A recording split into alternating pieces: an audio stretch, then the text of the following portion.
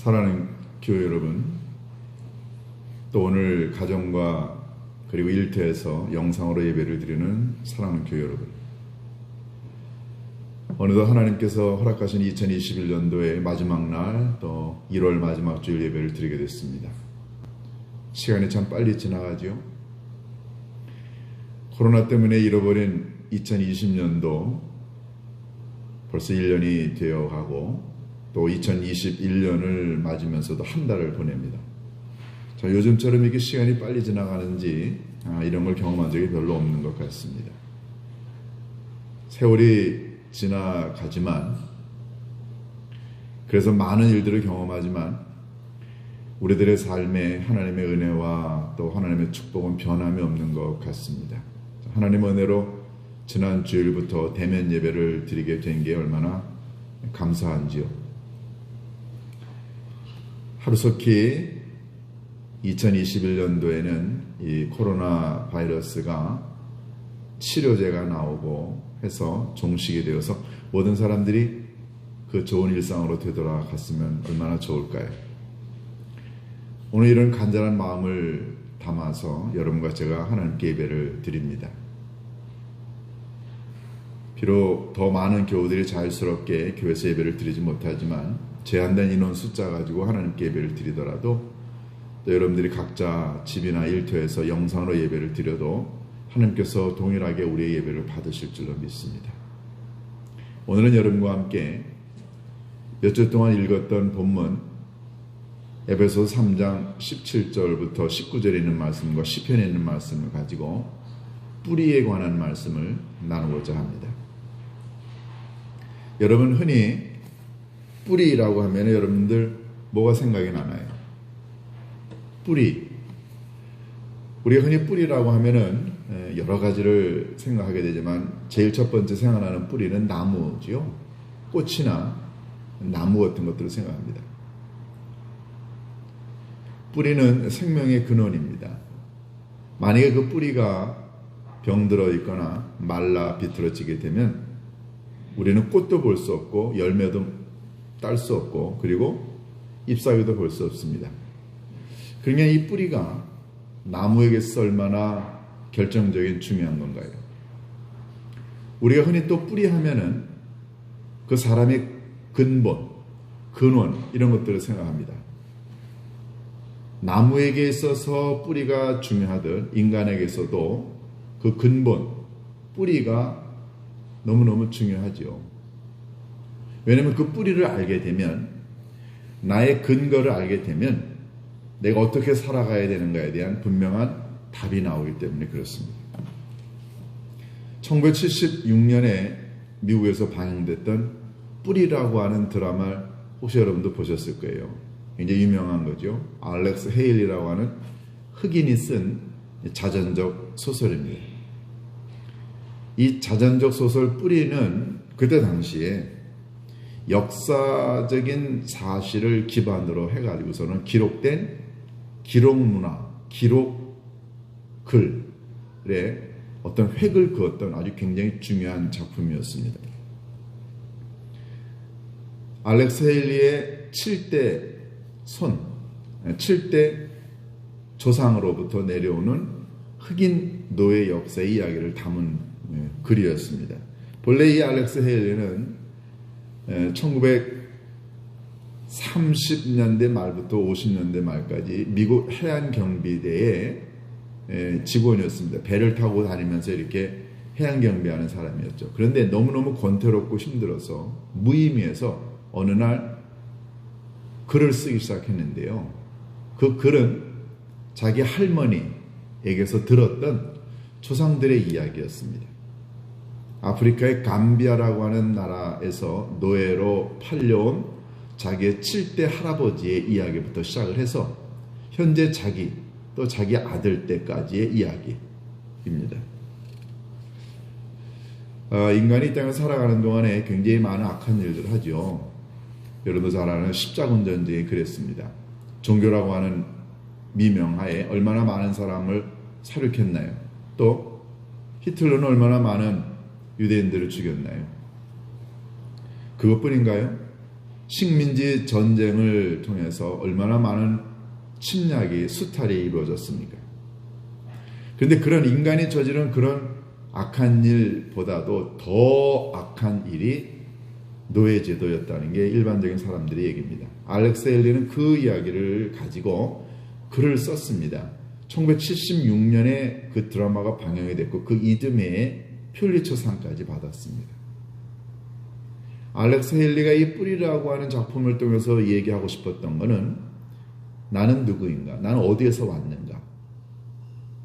따져보니까는 7대 할아버지가 감비아라고 하는 아프리카에서 노예로 팔려와서 킨타 쿤테라고 하는 그 소설의 주인공을 통해서 조상을 찾고 나는 누구며 결국 나는 누구인가를 발견하면서부터 묻게 되는 질문이 그럼 나는 인간은 어떻게 앞으로 살아가야 올바른 인간이 될 수 있겠느냐 하는 물음으로 이어집니다.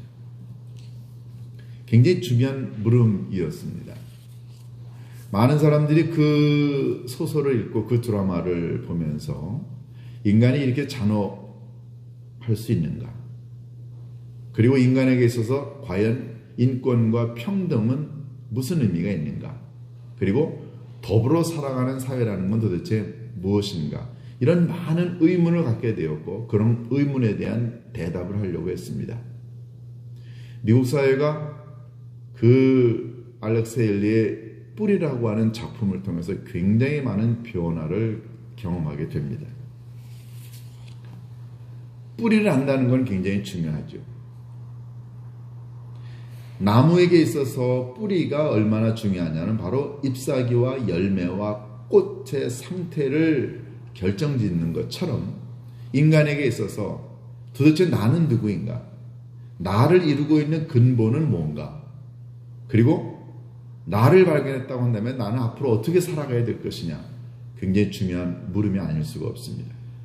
그러니까 사람마다 그 뿌리가 무엇이냐에 따라서 사람의 인격이 달라지고 삶의 모습이 달라집니다. 만약에 내 뿌리가 이게 세상에 더럽고 추한 것으로 이루어졌다고 한다면 나에게서 나오는 말이나 행동이나 내 삶의 목표는 그게 얼마나 추잡하고 더러울까요? 그런데 만약에 우리의 삶의 뿌리, 나의 근간이 만약에 진실되고 아름다운 거라고 한다면 그럼 내 삶이 얼마나 아름다워질까요?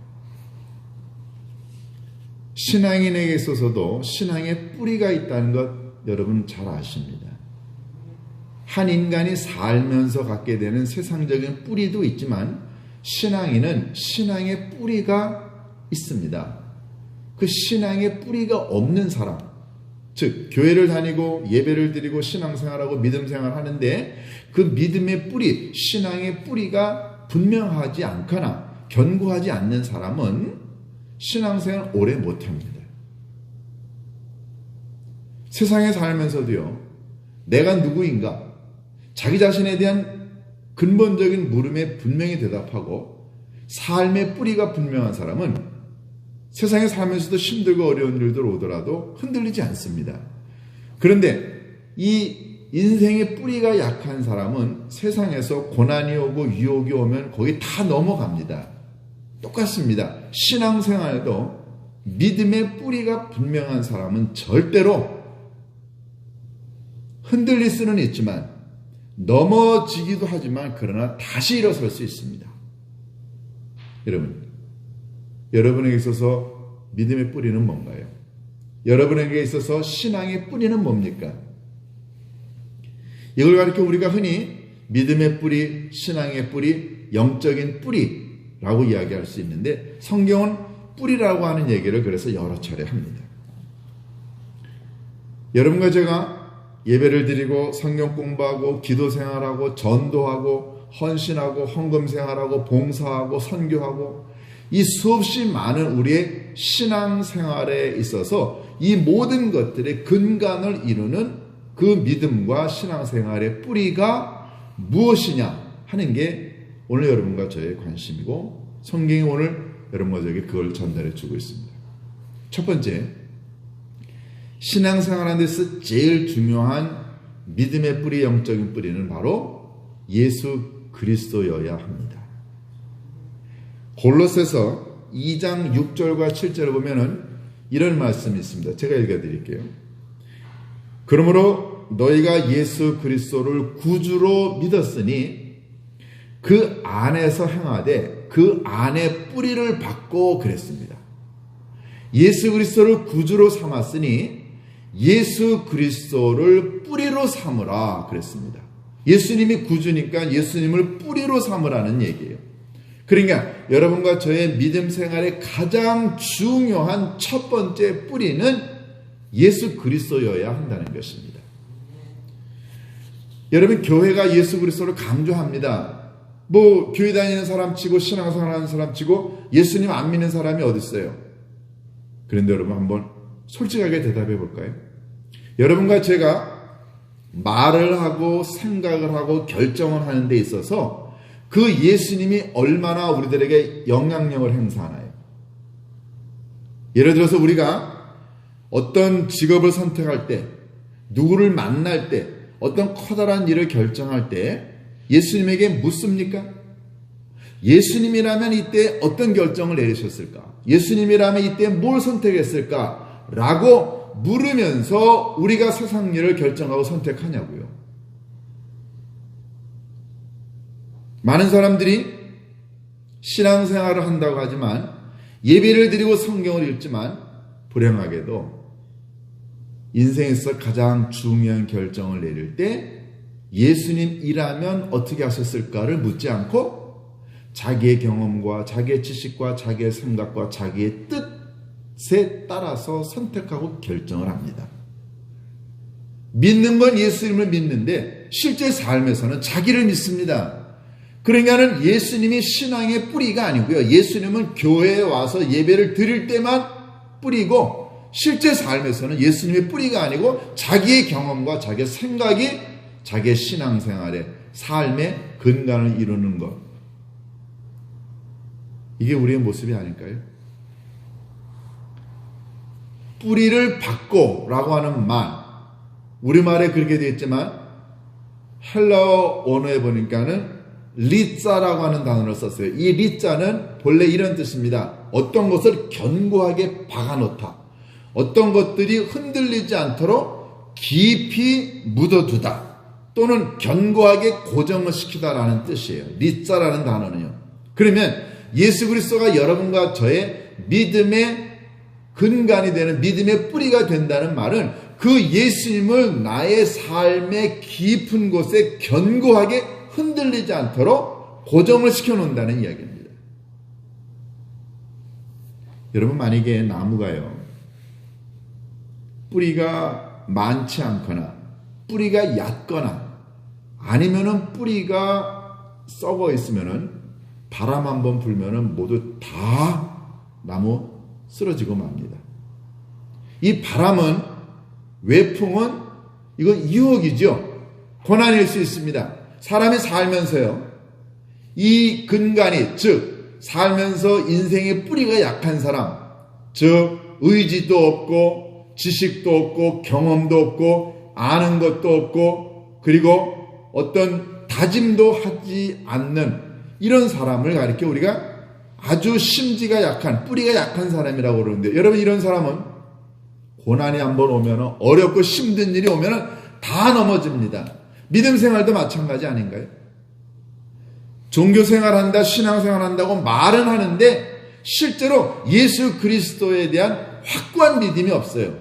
그러니까는 살다가 고난이 오고 어려움이 오면 그냥 다 송두리째 신앙 버리고 도망가는 사람들이 있습니다. 더 구체적으로 얘기해 볼까요? 예수님을 신앙의 뿌리로 둔다는 말의 첫 번째 의미는요, 예수님이 나의 죄를 위하여 십자가에 달려 돌아가셨다는 사실을 믿는 믿음이 첫 번째입니다.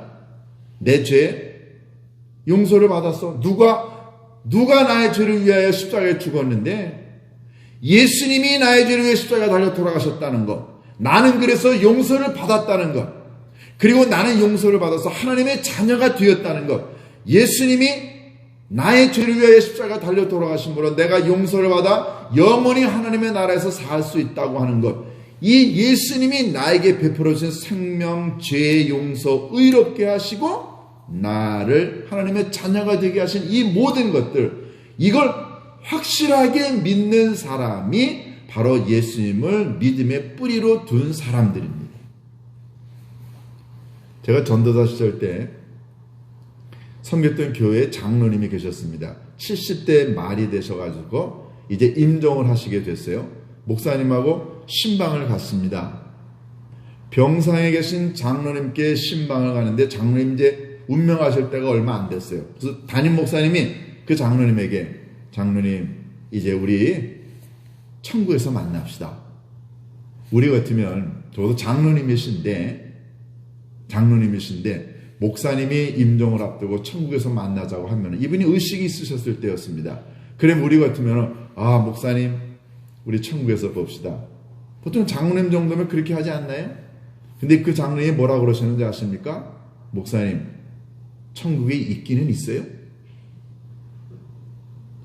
장로님이시라는 분이 돌아가시면서 한다는 말이 천국에 있기는 있니? 목사님 어떻게 알고 확신하냐고 묻는 거예요. 병상에서. 우리 담임 목사님이 얼마나 당황하셨는지 아십니까? 젊은 전도사인 저도요. 아니 장로님이시라는 분이 천국에 대한 확신도 없이 여태까지 장로 하신 거야? 엄청난 혼돈이 왔습니다. 그러니까 기본적인 믿음의 뿌리가 없었던 거예요. 그러니까 죽음을 앞에 놓고 이분이 두려운 겁니다. 만약에 예수 그리스도가 부활하셔서 승천하셔서 하나님의 나라에 가 계시고 그분이 나를 위하여 거처를 마련하시고 그분이 나에게 하나님의 자녀가 될 수 있는 권세를 주셨다는 걸 믿으면 죽음이 뭐가 두렵나요? 천국에 간다는 확신이 있겠죠? 그분은 그게 없었습니다.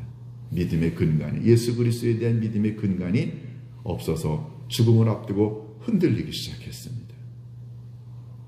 그래서 우리 믿음 생활의 가장 중요한 근본, 첫 번째 가장 굵은 뿌리는 예수 그리스도에 대한 믿음입니다. 내 죄가 예수님으로 인하여 용서받았고 그분 때문에 내가 하나님의 자녀가 되었고 예수님은 지금도 살아계시고 그 예수님의 말씀이 내 인생의 양분이 되고 그 예수님을 언젠가 다시 하나님의 나라에서 만날 수 있다는 이 근본적인 믿음. 첫 번째 가장 중요한 믿음이죠. 두 번째, 우리가 신앙생활하면서 가져야 되는 가장 중요한 두 번째 뿌리는요, 다름이 아니라 사랑의 뿌리를 내리는 것입니다. 오늘 우리가 읽은 본문 3장 17절에 이런 말씀이 있습니다. 3장 17절에 보면은 믿음으로 말미암아 그리스도께서 너희 마음에 계시게 하시었고 너희가 사랑 가운데서 뿌리가 박히고 그랬습니다. 사랑 가운데서 뿌리가 박혀라. 여러분, 사람이 살면서 많은 것들이 필요합니다. 지식도 필요하고요, 돈도 필요하고, 그리고 건강도 필요하죠.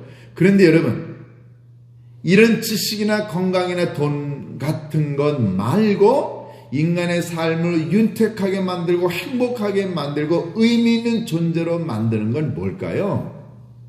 그건 다름이 아니라 사랑입니다.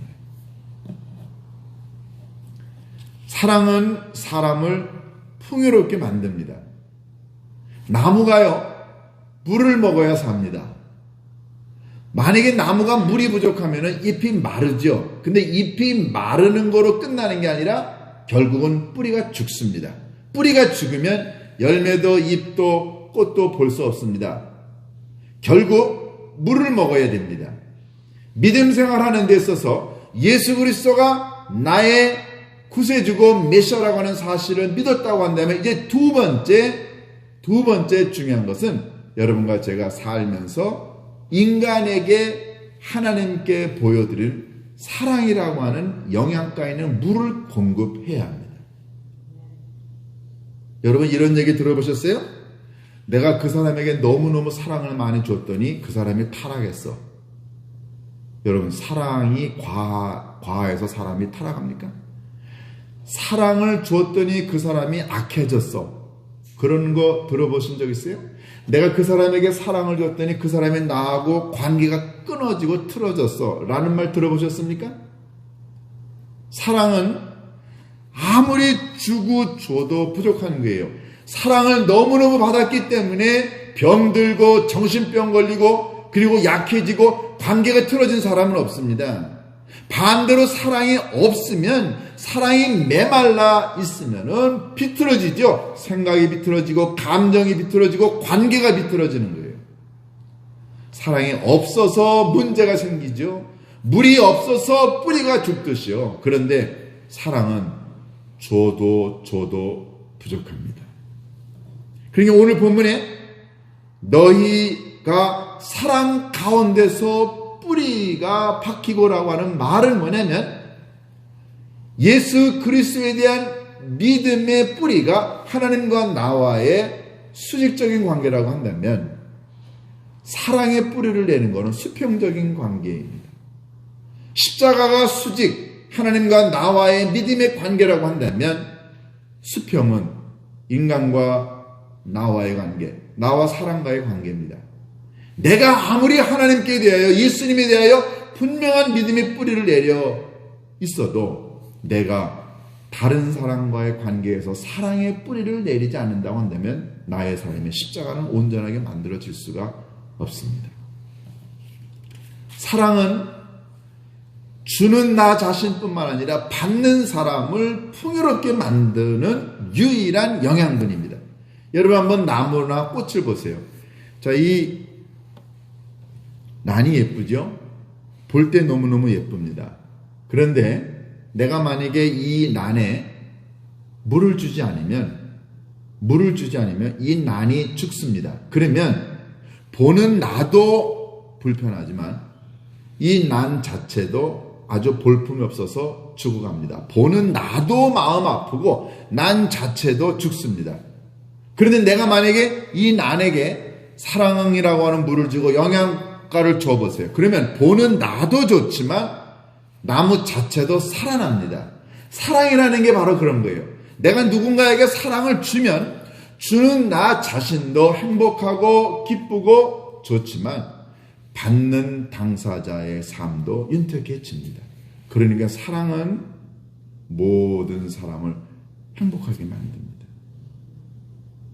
여러분 주변에 있는 사람, 가족은 말할 것도 없고요. 누군가에게 자꾸만 사랑의 행위를 베풀다가 보면은 나도 모르는 사이에 내가 풍요로워집니다. 아내를 사랑하고 남편을 사랑하고 자녀를 사랑하고 부모를 사랑하고 내 주변에 있는 사람들을 사랑하는 그 사랑의 뿌리를 자꾸만 내리는 사람은 그 아름다운 사랑의 뿌리로 인하여 어마어마하게 아름다운 사랑의 열매를 맺게 됩니다. 그래서 사랑으로 이루어진 나무는 이 땅에서 행복이라고 하는 열매나 기쁨이나 평화라고 하는 열매를 맺을 수 있습니다. 세 번째, 마지막 우리의 영적인 믿음의 뿌리는요, 바로 말씀의 그 뿌리를 두어야 합니다. 요한복음 15장에 보면 예수님이 이런 말씀하셨어요. 너희 안에 내 말이 거하면 너희가 열매를 많이 맺나니 라고 하셨어요. 우리가 오늘 읽은 시편 1편에 보면은 악인은 하나님의 말씀을 제쳐두지만 복 있는 사람은 주야로 하나님의 율법을 묵상하는도다 그랬습니다. 복 있는 사람이 누구냐면 하나님의 말씀을 주야로 가까이 대하는 사람이에요. 여러분, 하나님의 말씀은 인간의 말이 아니기 때문에 이건 시간과 공간을 초월해서 진리입니다. 그러니까 하나님의 말씀은 여러분과 제가 무엇을 선택해야 되는가에 대한 기준이자 여러분과 제가 어느 길로 가야 되는가에 대한 인생의 방향을 보여줍니다. 여러분이 힘들고 어려울 때, 방황할 때, 뭘 선택해야 될지 모를 때 성경을 한번 열어보세요. 성경에 여러분이 가야 할 길이 보입니다. 여러분이 누구를 만나 어떤 말을 해야 될지, 어떤 결정을 내려야 될지 모를 때 여러분 성경을 펼쳐보세요. 성경은 여러분이 가야 할 길을 보여주는 하나님의 진리입니다. 그러니까 예수님이 나는 길이요 진리요 생명이라고 하는 얘기가 바로 그겁니다. 예수님에게 길이 있습니다. 그럼 예수님에게라는 말은 뭔가요? 예수님이 하신 말씀이죠. 그래서 복 있는 사람은 하나님의 말씀을 율법을 주야로 묵상하는도다. 주야로 말씀에 근거해서 살아가려고 그 말씀을 가까이 하는 사람이라는 뜻입니다. 여러분 성경 공부를 너무너무 많이 해가서는 타락했다는 사람 보셨어요? 성경을 너무 많이 읽었더니 정신병 걸렸다는 사람 보셨습니까? 예수님이 뭐라고 말씀하세요? 너희가 진리를 알게 되면 그 진리가 너희를 자유케 하리라. 돈의 욕심에, 세상의 쾌락에, 세상의 모든 것에 억눌려 가지고서는 그냥 돈의 노예가 되고 명예의 노예가 되고 세상의 쾌락의 노예가 되어서 살아갔던 내가 예수 그리스도의 말씀, 진리, 성경을 읽는 순간 세상의 유혹으로부터, 쾌락으로부터, 돈으로부터 내가 자유함을 얻을 수 있는 것, 바로 말씀이 여러분과 저를 해방시키는 진리이기 때문에 그렇습니다. 이 세 가지, 바로 예수 그리스도를 믿음의 뿌리로 삼고 사랑으로 살면서 행동으로 보여주고, 그리고 하나님의 말씀을 가지고 여러분과 제가 믿음의 길을 들어선다고 한다면 여러분 우리 흔들리지 않습니다. 그런데 믿음의 뿌리가 약하니까 여러분 사람들이 흔들립니다. 우리 목사님들끼리 요즘에 만나서 이런저런 얘기하다가 이구동성으로 맞다라고 이야기를 하는 주제가 하나 있습니다. 그게 뭐냐면 이 코로나 시대 때 진짜 신앙인과 가짜 신앙인이 구별이 됐다는 거예요. 평상시에 교회는 나오는데 기도 생활도 하지 않고 그리고 성경도 읽지 않았던 사람들, 잘 됐다. 요즘에 교회도 많은데 대면 예배 못 드리는데 영상으로 드리는데 영상을 드리는지 안 드리는지 빼먹는 사람이 한둘이 아니는 거죠. 기도 생활도 안 해요. 그러니까 코로나 사태가 벌어지면서 진짜 믿음의 뿌리가 깊었던 사람들, 사랑의 행위, 말씀, 예배, 하나님 예수 그리스도, 이걸 정말로 믿었던 사람들은 이런 코로나라고 하는 이런 어마어마한 바람이, 폭풍이 불어와도 흔들리지 않았는데요. 그동안에 믿음의 뿌리가 연약했던 사람들 다 넘어져 간다는 거죠. 사랑하는 교회 여러분, 뿌리는 그 열매를 결정합니다. 뿌리는 잎사귀를 결정합니다. 뿌리는 생명을 결정합니다. 여러분과 제가 살아가는 동안에 우리들에게 인생이라고 하는 뿌리도 중요하지만 한 사람의 신앙인으로서 나의 믿음이 흔들리지 않기 위하여 나는 도대체 어떤 뿌리를 갖고 있는가? 예수 그리스도 이외에 다른 어떤 곳에 여러분과 저의 믿음의 뿌리를 둔다고 한다면 우리는 흔들립니다.